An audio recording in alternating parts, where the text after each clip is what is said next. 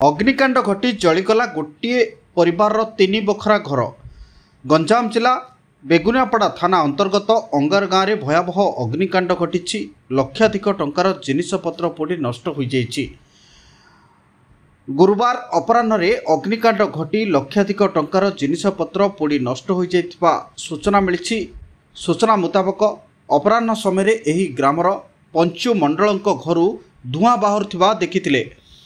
परे कोदला अग्निशम बाहिनी को खबर दिया जाइथिला। खबर पाई कोदला अग्निशम बाहिनी कर्मचारी माने घटनास्थल रे पहुंची स्थानीय लोकों सहायता रे निया को आयत्त करथिले। तेबे सेतेबेलकु सबु जिनिसपत्र पोड़ी नष्ट हो जाइथिला। तेबे अग्निकांडर प्रकृत कारण जना पड़ी नथिबा बेले एने तदंत जारी रहिछि। अग्निशम बाहिनी कर्मचारी माने पहुंची संपूर्ण भावे निया को आयत्त करछिंती।